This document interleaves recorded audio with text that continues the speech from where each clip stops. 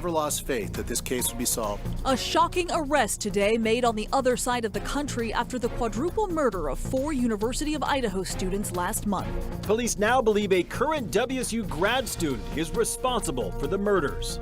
This is not the end of this investigation. In fact, this is a new beginning. Tonight, what we know about the man police believe stabbed and killed the students as they slept inside their off-campus home. I'm just kind of dumbfounded, that this could be going on right here. And a community shocked to find out a possible murderer was living just a few doors down. Tonight, we bring you complete team coverage right here on KREM 2. There's a pending case now in court, and I and my office and the investigators have to live with the restrictions that our Supreme Court places on pretrial publicity. That said, I promise you we will share with you, through the court process or otherwise, whatever we are allowed to. The Latah County prosecutor explaining the next steps in the quadruple murder investigation of 4 University of Idaho students following a breaking arrest on the other side of the country overnight. Good evening and thank you for joining us for KREM 2 News at 6. I'm Mark Hanrahan. It's good to have you here. I'm Whitney Ward. Those murders and the investigation to find the killer drew national, even international attention. Tonight, police say they are one step closer, though, to closing this case. Pennsylvania State Police arrested 28-year-old Brian Koberger early this morning. He is now being held for extradition back to Idaho on first-degree murder charges. That arrest warrant was filed yesterday by the Moscow Police Department and the Latah County Prosecutor's Office. Koberger is also charged with felony burglary in Idaho. Again, he was arrested across the country in Monroe County, Pennsylvania overnight. It has been just over 6 weeks since the murders in the off-campus home. In the dead of the night, the students were found in their home on King Road, just steps away from the University of Idaho campus. The bodies of Madison Mogan, Kaylee Gonzalez, Xana Kernodle, and Ethan Chapin were found on Sunday, November 13th. Then for 6 weeks, police have been extremely tight-lipped about the investigation. We know now the victims were found stabbed in their beds. Autopsies showed all 4 were likely asleep during the deadly attacks, although some of the victims did have defensive wounds, indicating at least some of them may have woken up and tried to fight back. From that very first day, though, this crime rocked the entire Moscow community and beyond. We bring you team coverage tonight. Our Janelle Finch has been reading up on what we know about the suspect. Nathan Hyun is in Coeur d'Alene tonight, where a memorial service was held for 2 of the victims, Kaylee Gonzalez and Madison Mogan. First, though, we begin with Shannon Mowdy, who traveled to Moscow for that press conference with police today. She has a breakdown now from local law enforcement and what they had to say about today's arrest. Not a lot of information coming out in that afternoon press conference today, and we have learned that a lot of what is being held back is because of Idaho law and the fact that suspect Brian Koberger is still in custody in Pennsylvania tonight. I can tell you, for a lot of law enforcement, it was a fairly sleepless couple of days with as we were leading up to everything that we were doing. But what I can tell you is I have faith in those agencies across the nation. I have faith in our officers. I have faith in the FBI. A day of mixed emotions in Moscow. Sad to be here, but happy to be here at the same time. As law enforcement confirmed the arrest of the man suspected of killing 4 University of Idaho students on November 13th. A criminal complaint was filed yesterday here in Latah County, charging the defendant, Mr. Koberger, with 4 counts of first-degree murder, in addition to felony burglary, which involves entering the residence with the intent to commit the crime of murder. Under Idaho law, the details of what led police to Brian Koberger are sealed in a probable cause affidavit, which won't be released until he's served an arrest warrant in Latah County. In Pullman, police searched a Washington State University student apartment connected to Koberger. So we are still looking for all pieces of evidence, but we are still looking for the weapon. And I will say that we have found an Elantra. Though Moscow Police Chief James Fry wouldn't comment on Koberger's connection to the Hyundai Elantra, the 4 victims, or what led to his becoming a suspect. That information is in the sealed court documents. Koberger's extradition hearing is set for January 3rd. Moscow police tell KREM 2 that process could take weeks or months. Chief Fry says this isn't the end of the investigation. They now want tips related to Koberger. I would say anything and everything. As we've said all along, we know what tips we're looking for. We will take those tips. As the mystery in Moscow enters a new beginning. While we cannot bring back Maddie, Kaylee, Zaina, and Ethan, we can thoughtfully and purposefully carry their legacy forward in the work that we do. We have also learned that the cleanup operation that started at the King Road home Friday morning has been put on hold. Chief Fry says that was at the request of the courts. In Moscow, Shannon Mowdy, KREM 2 News. A suspect named and arrested in this investigation is certainly a major break in the case. Brian Koberger is now charged for 4 murders near the University of Idaho last month. KREM 2's Janelle Finch is joining us now in the KREM 2 newsroom with what we know about the suspect. Officials say the person responsible for the deaths of 4 University of Idaho students may be Brian Koberger. Since Brian Koberger's arrest this morning, we've learned he lived and went to school just a short drive from the crime scene. Moscow Police Chief James Fry confirmed Koberger is a graduate student at Washington State University and a Pullman resident. This afternoon, WSU shared a statement following Koberger's arrest. A quote from WSU Chancellor Elizabeth Chilton reads in part, "This horrific act has shaken everyone in the Palouse region. We will long feel the loss of these young people in the Moscow-Pullman community and hope the announcement today will be a step toward healing." KREM 2 located Koberger's apartment building in Pullman. Today, crime tape was up around the complex and police were speaking to neighbors. We spoke to one of the people living here. He says it's disturbing to think he could have been living near someone capable of committing these crimes. I'm just kind of dumbfounded, that this could be going on right here, or somebody could be conspiring to do something like that right here. WSU officials say Koberger completed 1 semester of the criminal justice program as a PhD student. Koberger previously attended a private university out of Center Valley, Pennsylvania, where he received a master's degree in criminal justice. He is originally from Albrightsville, Pennsylvania, roughly a 40-minute drive from where he was arrested today. An Idaho appearance from the suspect may not happen for some time, as officials work through the technicalities of an out-of-state arrest. In the meantime, Moscow police are continuing to ask for tips and for patience as they move forward in this new beginning of the investigation. In the newsroom, Janelle Finch, KREM 2 News.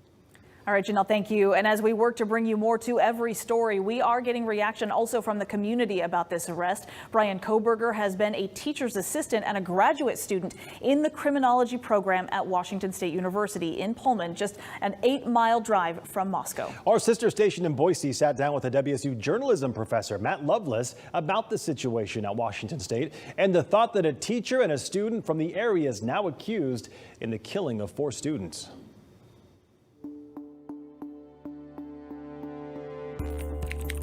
Certainly from some of the officers who I've known for 15 years before this incident, just a sense of relief. Today is a good day. That was from Police Captain Roger Lanier with Moscow. He just goes, today is a good day. And you could just see that relief, community-wide, law enforcement, everybody around here. Matt Lovelace is a journalism professor at the Murrow School at Washington State University. He has navigated being a journalism professor in the midst of incredible tragedy while also reporting himself. Lovelace captured these shots of police on campus at Wazoo earlier, where they searched an office connected to the suspect, Brian Koberger. Well, when the news broke that it was a WSU graduate student, certainly that sent a little bit of a personal shock to me. First thing I did was I came up to campus and I went there. He's got an office in Wilson Short Hall, and that building is closed down. Now, some context for that, we're at reduced operations for this week. And so just because of the holidays, most buildings are closed. I'm in the Murrow building right now. The doors are unlocked. So generally speaking, we can still get inside. They have that locked down. But just thinking about the fact that he, just a few hundred yards away from where I'm sitting talking to you now, this is my office, talking to people who work on campus, fellow faculty members, just the thought that he could have been here even before this happened. And certainly the unanswered question, which I posed right at the end of the press conference, is, did he come back to school? He was a graduate student. And, I'm not passing on any reports. I don't know for sure, but we want to know, did he come back to class? Did he finish out the semester? Was he here locally? That's sort of like a lingering, call it eerie feeling among all of us who teach here. And who knows, walked by him. What groups was he a part of here in town? Social groups. Did I play next to him, having a drink at Rico's? All those little things that sort of infiltrate your brain when you worked in the same place as the guy. After 7 weeks of internet sleuths going nuts about who's here and who did what. I mean, that has been a shocking revelation for today, even though it's not entirely impossible. This is one of the largest employers in the Palouse, and so stands a reason that he could have been here. But yeah, it's just wild to think about. What was the scene at the apartment like for you? Is it pretty calm and quiet, or what was that like? Yeah, fairly calm. Few members of the media there. What appeared to me to be a handful of residents from other units, just sort of standing outside, watching things going on. There wasn't a huge presence there. I mean, it's one of those apartment complexes where there's like a basement level and stairs to the first floor and second. We're full of those here at WSU. And so we just couldn't see much going on. They were taking some things out of the apartment and sort of putting it on a little mezzanine there. Weight off the shoulders for sure. And so I think to your question, it's just that, yeah, I think that there's an overwhelming sense of, I don't know if it's closure, because it certainly isn't that. Like, there's a lot left to figure out about this case, but it feels like the first time in a long time that there's been sort of a milestone other than reports of a Hyundai Elantra and, a few extra timeline details. This really feels like the first break in the case in large degree. And so, relief. So that arrest today comes as a memorial service was already scheduled for 2 of those murder victims, Kaylee Gonsalves of Rathdrum and Madison Mogan of Coeur d'Alene. As Whitney just mentioned, the memorial was planned before word came of the arrest. Friends and family gathered at Lake City Church in Coeur d'Alene to remember the lives of these 2 young women. KREM 2's Nathan Hyun joining us live outside the church tonight with reaction from loved ones. Nathan? Yeah, guys, a memorial today here at Lake City Church in Coeur d'Alene was definitely filled with a lot of emotions. I had a chance to go inside for a moment when it first began, and there were a lot of people crying and hugging each other. There were over 200 people inside celebrating the lives of Madison Mogan and Kaylee Gonsalves.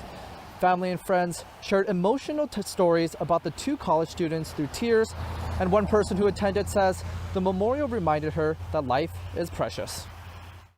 It's a reminder that you need to realize that life is short and to honor and love your friends and family every chance you get. Kaylee's sister and Madison's parents spoke during the memorial. Kaylee's sister described Kaylee as someone with contagious energy, and Madison's parents described her as someone who was always a bundle of joy. And I was also able to speak with Madison's godmother, who told me that she's not thinking about the suspect who got arrested today. She just wants to focus on the girls and their memories. Live in Coeur d'Alene, Nathan Hyun, KREM 2 News. Nathan, thank you very much. Well, the arrest caps nearly 7 weeks of fear and frustration for the families of the victims. Tonight, we are also hearing from the father of Kaylee Gonsalves, who agreed to an interview for the first time. This is the first bit of joy that we've had in close to 7 weeks. We hope that they've picked the right guy, and that gives us hope, and we haven't had hope for a long time. Also today, we heard from Ethan Chapin's family, the only male victim in that quadruple murder. In a statement, they told us, "We are relieved this chapter is over because it provides a form of closure," they said. However, it doesn't alter the outcome or alleviate the pain. "We miss Ethan, and our family is forever changed. Over the last 7 weeks, we stood by the Moscow Police Department, FBI, and Idaho State Police. They said they were confident that they would solve this crime. So when we received the phone call last night, we congratulated them for their diligent work and service." They continued saying, quote, "We remain grateful to the University of Idaho and the Sigma Chi fraternity for their ongoing support. We also appreciate the outpouring of kind words from so many others, which we'll need as we enter the next chapter of this nightmare. Today, we marvel at the continued stories about Ethan and the lives that he touched in his short 20 years. If we all lived and loved as Ethan did, the world would be a better place." We also heard from Ethan's family in the very first week after those murders. At the time, they said they wanted the world to know they would remember Ethan as an outstanding young man and the light of their life. He's the kind of kid that everybody wanted to be around. You know, he was just a good kid. He's a good kid. That kind to all. Didn't deserve what happened. No. Ethan had a twin brother and a sister who were all attending the University of Idaho. His parents had just visited all three of them the week before they were killed for Parents' Weekend. They said they are grateful for those last few days. And as we pulled out of Moscow, we literally were like, we've done it. We've literally done it as parents. We've created three incredible humans that will go on. So we will not let this sink us or sink our kids. Because if anything, they have to go on and shine Ethan's bright light on their own. This continues to be a developing story, and we will bring you the updates just as soon as we get them. We are also tracking this throughout the night tonight. So coming up at 6:30, we'll hear from a former law enforcement officer about what goes into an investigation like this one and what it takes to make this kind of an arrest. And for all of our continuing coverage on this story, remember, you can just text us the word Idaho to 509-448-2000. We'll send that link directly to your phone. We're going to take a quick break. We'll be right back with your forecast. Save your greed! Psst, it's my favorite time of year. Lazy Boy's having a sale again. Wow, I'm getting good at this. The year-end sale, 30% off everything. Lazy Boy, live life comfortably. With DirecTV, I can get live TV and on demand together. Football, Housewives. Football, Housewives. Football, Housewives. Whoops. Oh, no. The housewives are on the field. I repeat, the housewives are on the field. I just want to talk!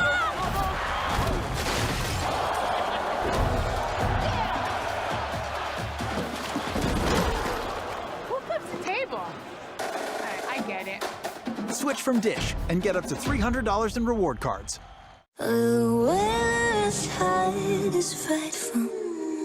Since we've no place to go, let it snow, let it snow, let it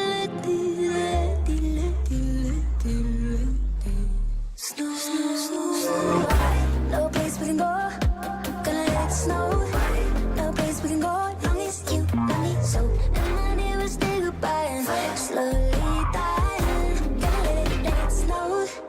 At the Coeur d'Alene Boat Expo, you'll find better boats, better prices, and bigger savings. Attend the Coeur d'Alene Boat Expo February 1st through the 6th, where you'll find the region's largest inventory of new and used boats under 64,000 feet of indoor display area. The Coeur d'Alene Boat Expo features names like Chris Craft, Cobalt, Harris, Barletta, Malibu, Regal, Access, Cruiser Yachts, and Core Custom, plus a huge display of used boats. Be sure to attend the Coeur d'Alene Boat Expo February 1st through the 6th, next to Cedars Floating Restaurant in Coeur d'Alene, sponsored by Hagedon Marine. It's official. So many people are winning thousands of dollars every day at the Kootenai Casino that we're calling it the Winter of Winning.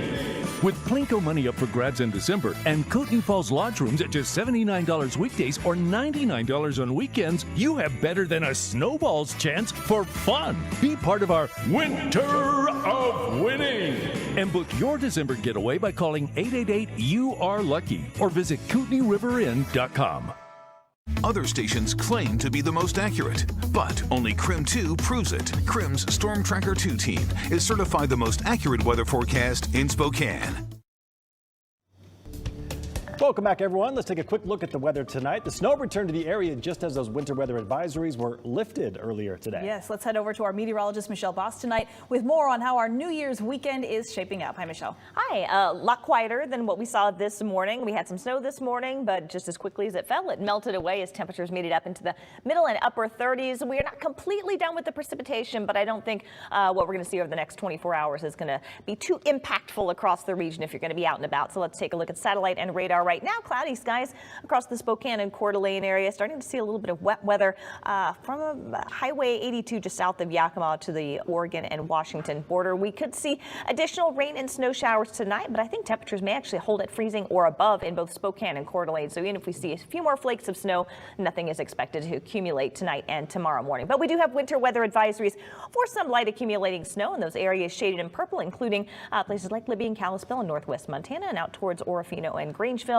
in the southern Idaho panhandle, mainly above 2,500 feet, looking at light accumulations of anywhere from 1 to 5 inches. But temperatures right now above freezing in many locations, mid-30s in Spokane and Coeur d'Alene. in the mid-40s in Lewiston and Walla Walla, right at freezing in Moses Lake. And Wenatchee a little bit cooler there. They actually picked up about 4 inches of snow earlier this morning and have stayed below freezing. So the short-term forecast does include rain and a little bit of snow, but again, it's going to melt as soon as it hits the ground, and could see some patchy fog tomorrow morning. Otherwise, we should be drying out just in time for you to celebrate your New Year's Eve and New Year's Day. Getting a little bit cooler on Sunday with a high of 32. What can we expect for the first week of the new year? We'll have a look at that with my extended forecast coming up. We'll be right back. Rocks in the treetop all day long, hopping and a bopping and a singing this song. All the little birds on Jaybird Street love to hear the robin going tweet, tweet, tweet, rockin' robin.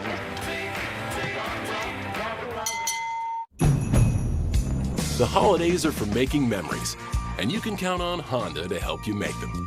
Whether it's in a capable Ridgeline, adventurous CRV, a rugged Passport, or a dynamic Pilot, start making memories of your own with a new Honda during Happy Honda Days. Buy online, reserve from select dealers, or visit your local Honda dealer today.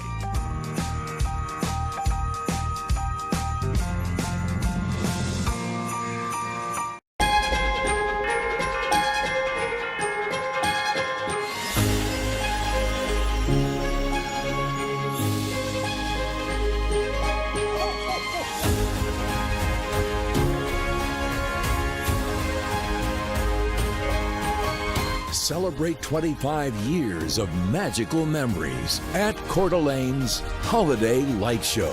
Make your holiday bright with a stay at your favorite hotel on the lake.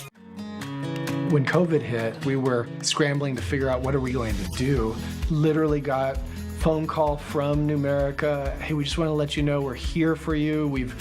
We've got funding that we're sending your way, and I mean, I cried on the phone. It's just nice to have a place that can give you some sort of stability and hope and get you back on track to where you need to be.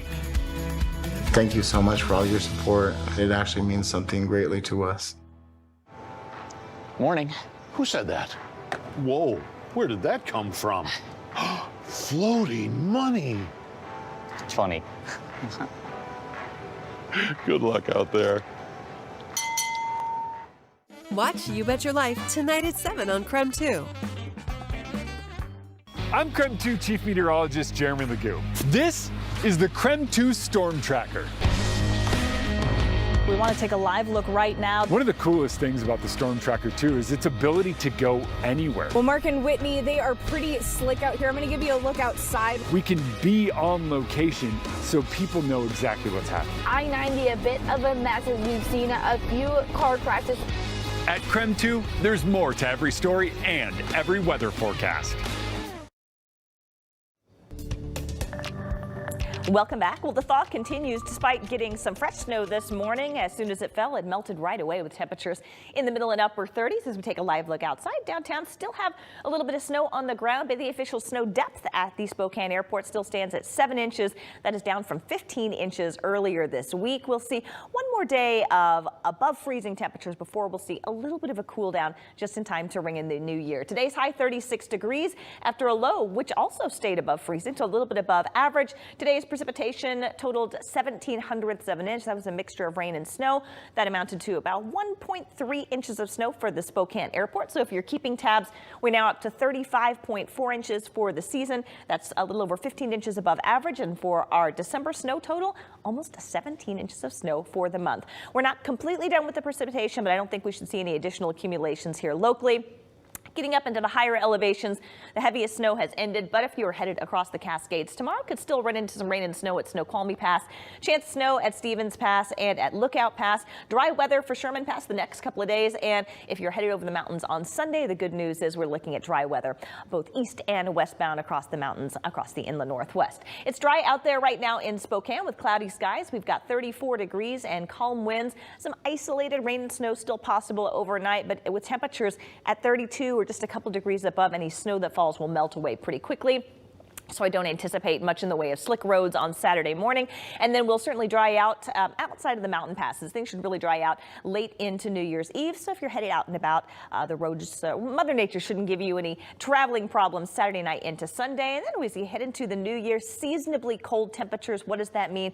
Average highs are in the low 30s. Average lows are in the low 20s. And that's about what we're expecting. We're in the climatologically coldest part of the season.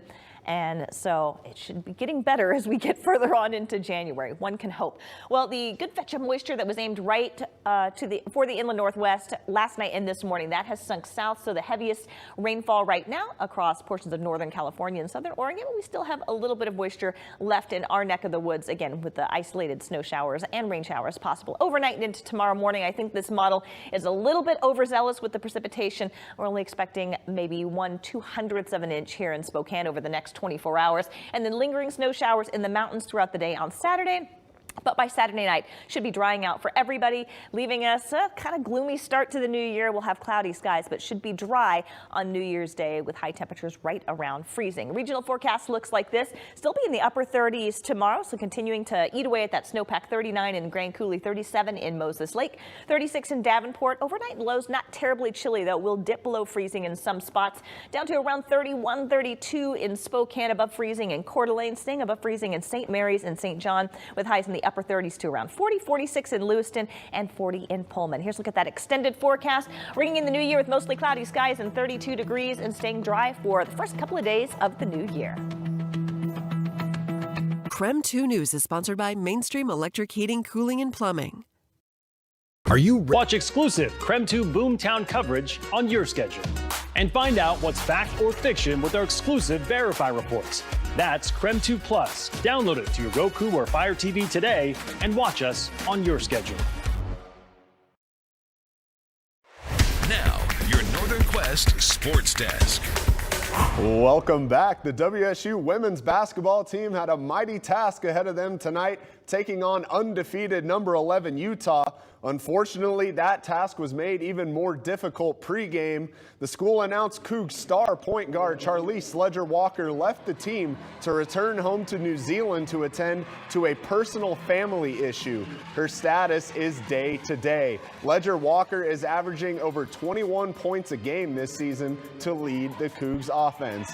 But the show must go on. Ledger-Walker's absence was felt early on tonight, as Utah led by as many as 20 points with a combined 38 points from Kennedy McQueen and Alyssa Peely. But the Cougs would not go away and would look to erase a 13-point fourth quarter deficit.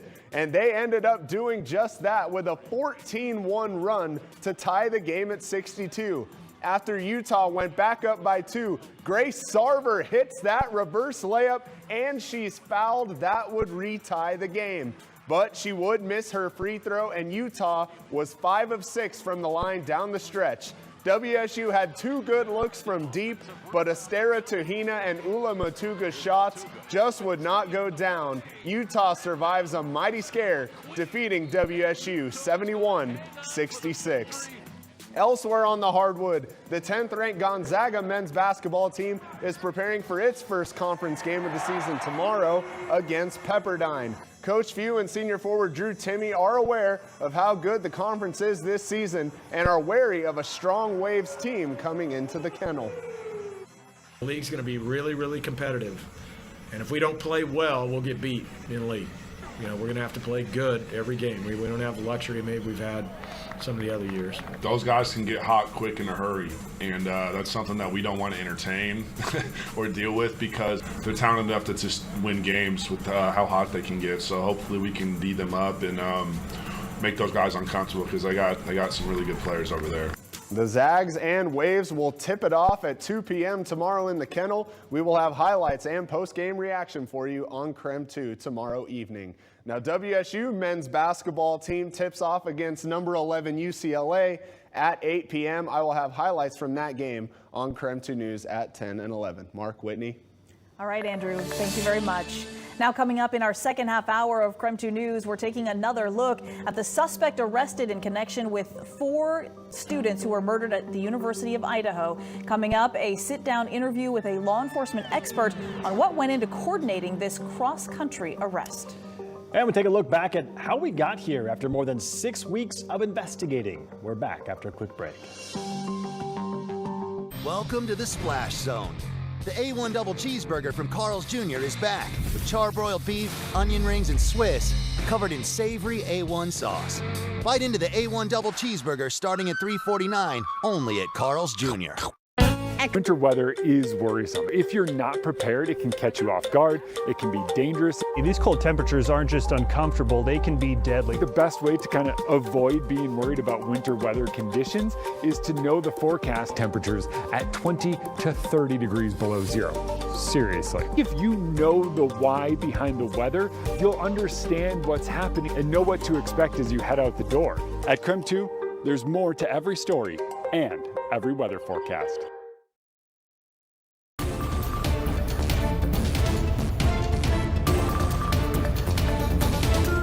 KREM 2 News at 6 continues now.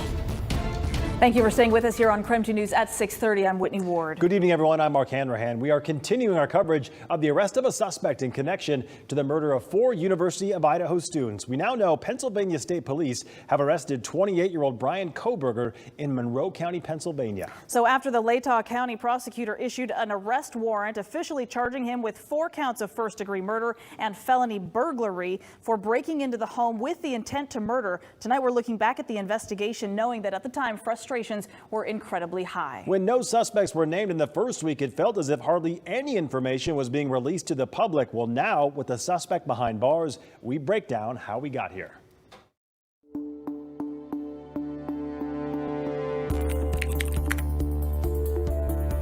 It all began on Sunday, November 13th, on day 1, when Moscow police responded to a house on King Road for a report of an unconscious person. There, they found 4 people dead inside. As police investigated, the University of Idaho issued a vandal alert for students to shelter in place because of a homicide investigation. It was later lifted and the school canceled Monday classes. On Monday, day 2, Moscow identified the victims as Ethan Chapin, Xana Kernodle, Kaylee Gonzalez, and Madison Mogan. Police still did not say how or when they died. Tuesday marked day 3. That's when we learned police now believed an edged weapon like a knife was used in what they called an isolated and targeted attack. Students at U of I also returned back to class. On Wednesday, day 4, after days of near silence, Moscow police and U of I officials hosted their first press conference. Police confirmed the weapon was a knife and had not been recovered. They also said there was no suspect and they could not say there was no threat to the community. However, police still believed it was an isolated and targeted attack. We are looking at everyone. Every tip we get, every lead we get, there's no one that we're not going to talk to. There's no one we're not going to interview. There's no one that we're not going to look into. Day 5 was Thursday, and authorities released the autopsy report. According to the Latah County coroner, the manner of death was stabbing, making this a murder investigation. On Friday, day 6, Moscow PD released a map and timeline of the victims' last known whereabouts. The Latah County coroner stated all 4 victims were likely asleep, some with defensive wounds. Each were stabbed multiple times. Moscow police shared they did not believe the surviving roommates nor the man observed in the grub truck surveillance video were involved in the murders. On Saturday, day 7, Moscow police shared more details, including the fact the 911 call came from inside the house on the cell phones of a surviving roommate. We also learned the victims were found on the 2nd and 3rd floors of the house. We do not believe the following individuals are involved in this crime: the 2 surviving roommates, a male seen at the grub truck food vendor downtown, specifically wearing a white hoodie, a private party who provided rides home to Kaylee and Madison. On days 8 and 9, Moscow police released an update on the murders, adding clarification on some misinformation on social media. And police held another press conference addressing more rumors and laying out additional resources the state of Idaho is providing in the murder investigation. For the next 2 weeks, police don't release much information about the case. Then, on November 30th, thousands gather on campus, including the victims' families, to remember and honor the victims. To make sure that you spend as much time as possible with those people, because time is precious and it's something you can't get back. The first thing I'd say is, well, I have this daughter and she's she's, here's a picture of her. She's on the dean's list at college. A week after the vigil, another chapter in the case. Police returned to the murder scene and began gathering the victims' belongings to return to the families. Chief James Fry himself drove a U-Haul to the home, which was filled with boxes and taken to a secure location. Then later that day, police released perhaps the most significant detail about their case publicly. Investigators wanted tips about a white 2011 to 2013 Hyundai Elantra spotted near the crime scene the night of the murders. Tips continue to pour in, but still no suspect until today. Police confirming they found their man, 28-year-old Brian Koberger, in Pennsylvania. Tonight, investigators are not commenting on a possible motive, but confirming that Koberger was a criminal justice PhD student at Washington State University. At this hour, investigators still don't have the murder weapon, but they said they do have the Elantra. 6 weeks after the brutal murders, police appear to be one step closer in their quest for justice. Well, today we learned the man suspected of killing 4 students near the University of Idaho was pursuing a PhD in criminal justice at Washington State University. And tonight, criminology experts are weighing in. KREM 2's Janelle Finch joins us from the newsroom now with what a criminal justice expert is saying about that suspected killer tonight. KREM 2 previously spoke with Chris Bertram, an associate professor of criminal justice, earlier this month. Then we were looking to get his insight on the little information we had in the case of 4 Idaho student murders. Tonight, we ask him more now that a suspect has been arrested. Chris Bertram has decades of experience working in law enforcement and currently teaches criminal justice at Salt Lake Community College. He says in his work, he analyzes the psychology of criminals. He says knowing more about the background and education level of Brian Koberger, he believes he could be arrogant and might see himself as the smartest person in the room. And Bertram says he isn't surprised the suspect has local ties. He says crimes can occur over state lines where details are more likely to fall through cracks. Washington State is very close proximity, but across state lines. And so you're talking about different counties, different cities, different jurisdictions. And what we do know with the past, with, spree killers and serial killers, they take advantage of that. They take advantage of the disorganization that the minute you get outside of a city or a county, those law enforcement resources there may be limited. Bertram says Koberger aligns with who he believed could have committed these crimes in terms of being local. He says a big development in the case was identifying the white car, and he commends the Moscow Police Department for bringing in the state police and FBI as early as they did to assist in the investigation.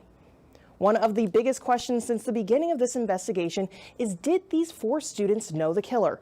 Bertram says it's possible they didn't, or he may have only met the victims a few times, being that he was only a semester or 1 semester student at WSU. But he says with the suspect arrested, we are closer to having answers to the questions swirling around this case. In the newsroom, Janelle Finch, KREM 2 News. All right, Janelle, thank you very much. Meantime, reaction already pouring in from across the region. Idaho Governor Brad Little called the arrest extremely welcome news, saying, quote, "It's an important step in bringing peace to a community, state, and nation gripped by this horrifying tragedy. This crime has consumed so many hearts and minds for weeks, and we are thankful for the unrelenting hard work of the Moscow Police Department, Idaho State Police, the FBI, and other law enforcement partners that helped in this investigation." All right, taking a quick break from the headlines to talk weather. We woke up to a little bit of fresh snow on the ground as we approach New Year's Eve weekend. Yes, and the question is, will there be any snow in the forecast for the weekend? And Michelle Boss is here with the answers for us. We may get a little bit of a rain-snow mix overnight into early tomorrow morning, but with temperatures right at freezing or just above, I don't expect any additional accumulations, and things should be drying out as we head into the new year. Taking a look at satellite and radar right now, we got plenty of clouds out there and starting to see some additional rainfall right now across south central Washington. Some of that precipitation can be working its way into our neck of the woods later this evening and overnight. But from Spokane on northward, we're looking at maybe just a couple of hundredths, if that much. A little bit heavier precipitation down towards Lewiston. Winter weather advisories. Well, it looks like the one across northwest Montana has been canceled. We still have that one going for Grangeville. That continues until tomorrow morning above 2,500 feet, looking at light snow accumulations of 2 to 5 inches in the Orofino-Grangeville area. Temperatures right now still above freezing in Spokane and Coeur d'Alene, 34 and 35 degrees there, 32 in Moses Lake and Othello, They got a little bit more snow out in Wenatchee, where temperatures stay below freezing. They're currently sitting at 31. Balmy 46 in Lewiston. Short-term forecast brings a few sprinkles or rain and snow mix overnight, with temperatures staying above freezing. Patchy fog tomorrow morning, but we will dry out just in time for our Saturday night celebrations. And it looks like a dry start to the new year with mostly cloudy skies and a high of 32. All right, Michelle, thank you very much. And still to come tonight, a community left reeling. Neighbors in Pennsylvania reacting to a suspected killer arrested in their community. That and more as we continue our extended KREM 2 coverage all evening long. Watch You Bet Your Life next on KREM 2. You Bet Your Life. Favorite holiday? Christmas. Gab, give me that money. That was the secret word. Spreading extra spending money. This is a gift from Uncle Jay.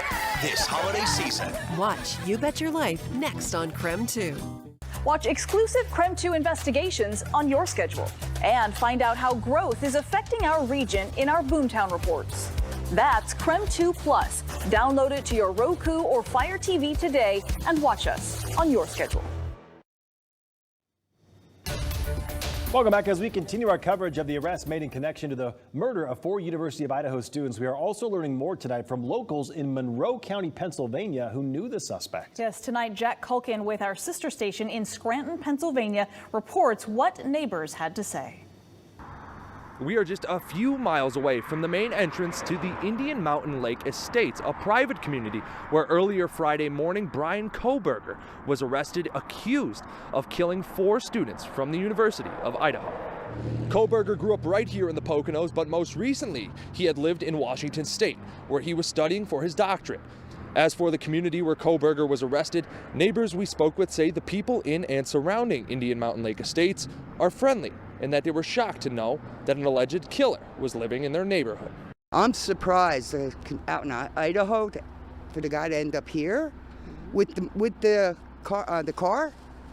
Wow, that's right around the block from me. But yeah, it's usually really peaceful up here. Even like this busy road is pretty peaceful all the time. I love Pennsylvania. So, but seeing something like this, I mean, you just never know, you know. Indian Mountain Lakes I think they have like 60 miles of roads in there or something like that. So it's a huge community. So anybody could be anywhere, man. From Monroe County, Pennsylvania, I'm Jack Culkin. In other news tonight, the Yakima Police Department has recovered the remains of a 5-year-old Yakima boy who went missing in early September. Lucian Munguia was last seen at a local park, and WSP said the boy walked away from his parents and was last seen headed towards the park's parking lot. Well, detectives recovered, they say, his skeletal remains from the Yakima River. According to police, based on a comparison of dental records, detectives and the coroner's office determined those remains do belong to Lucian. They say there is no indication of any criminal acts leading to his death. Yakima police say they will provide additional details of DNA testing once those results are available. We're back after a quick break. Lazy Boy Furniture Galleries helps you work around that special piece you can't live without. It's the Lazy Boy year-end sale. Right now, save 30% store-wide and get 36 months special financing. Lazy Boy Furniture Galleries. Live life comfortably. Sports fans are enthusiastic, but even the greatest fan can stretch fun to its limits. The same is true for sports betting. It can add excitement, but it's not without risk. So, stop the game clock. Take a break. Don't go overtime. Don't borrow from family, friends, or other fans. Don't chase wins. If you need help, call for an assist. Problem Gambling Helpline. 1-800-547-6133. Keep it fun, sports fans. If you bet, bet responsibly. What should we do? I'm going to CashNetUSA.com. I can apply in minutes, and if approved, we can have the money as soon as the same business day. Go to CashNetUSA.com to apply for the money you need. KREM 2 News 10 at 10. Mark Henrahan quickly tells you the news of the day and what's happening right now. Jeremy Legoo gives you the most accurate forecast so you'll know what it'll be like in the morning. Get more news in less time. Watch KREM 2 News 10 at 10 on CW22. Welcome back. Well, dark now on this late December evening, but temperatures still above freezing, so still seeing that snow slowly getting eaten away by some of those milder temperatures, especially what we saw earlier this week in the 40s. We had a snow depth of 15 inches at the Spokane airport earlier this week, now down to 7 inches, and can still see some snow there in downtown Spokane. If you're keeping tabs and want to know the official snow statistics, we're up to 16.9 inches of snow for the month of December, 35.4 inches for the season. We go from July to July, so it's not going to reset on January 1st, and that puts us at 15.3 inches above average La Nina, living up to its reputation. We have a little bit of rain and snow left for the lower elevations tonight and early tomorrow morning. Don't expect any additional accumulations here locally, but if you're headed out into the mountains, fortunately the heaviest snow was last night and this morning. We could still see some rain snow showers at Snoqualmie.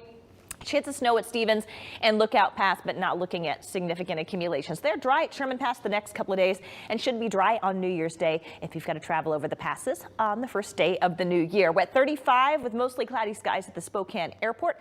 Calm winds, 92% relative humidity. Again, some isolated rain and snow showers possible overnight into tomorrow. Looking at maybe a couple of 107 inch if that at the Spokane airport. And then as we head into New Year's Eve evening and overnight, it looks like dry weather outside of the mountains. And then Sunday should be a dry day with seasonably cold temperatures for the upcoming week. And when I say seasonably cold, we're not going to be in the deep freeze, certainly not going to be in the 40s, but we should see highs in the low 30s, lows in the 20s, which is about average for this time of year.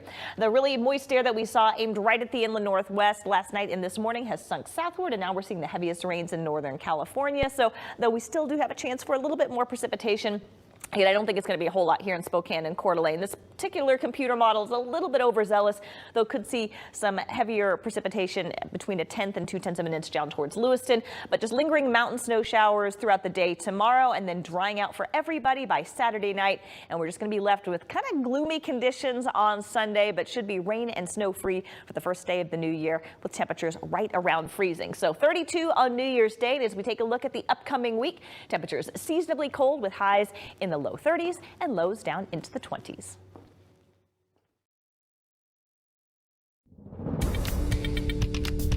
And now, the Storm Tracker 2 Snow Report, sponsored by Platinum Mechanical. And just in time for the holiday weekend, we did get some fresh snow and could see a little bit more in the mountains overnight into tomorrow. 1/2 inch reported at Mount Spokane, 4 inches at 49 degrees north and Lookout Pass. And we've got apparently some powder stashes out there. Should be great weather for winter recreation this weekend. Welcome to the Splash Zone. The A1 Double Cheeseburger from Carl's Jr. is back with charbroiled beef, onion rings, and Swiss, covered in savory A1 sauce.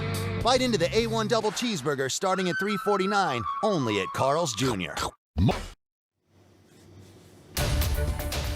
Welcome back. We have been tracking breaking news all evening long here at KREM 2. And before we go tonight, we wanted to recap what we know at this hour. Overnight, 28-year-old Brian Koberger was arrested in Monroe County, Pennsylvania, in connection to the murders of 4 University of Idaho students last month. He was transported to Scranton, Pennsylvania. He's being held there now, awaiting extradition back to Idaho. The Moscow Police Department held a press conference earlier today to address the arrest, and for some, it might feel like an end to a really long investigation. They do want to remind the community, though, that while the goal remains the same, which is bringing justice to those victims and their families, this investigation is far from over.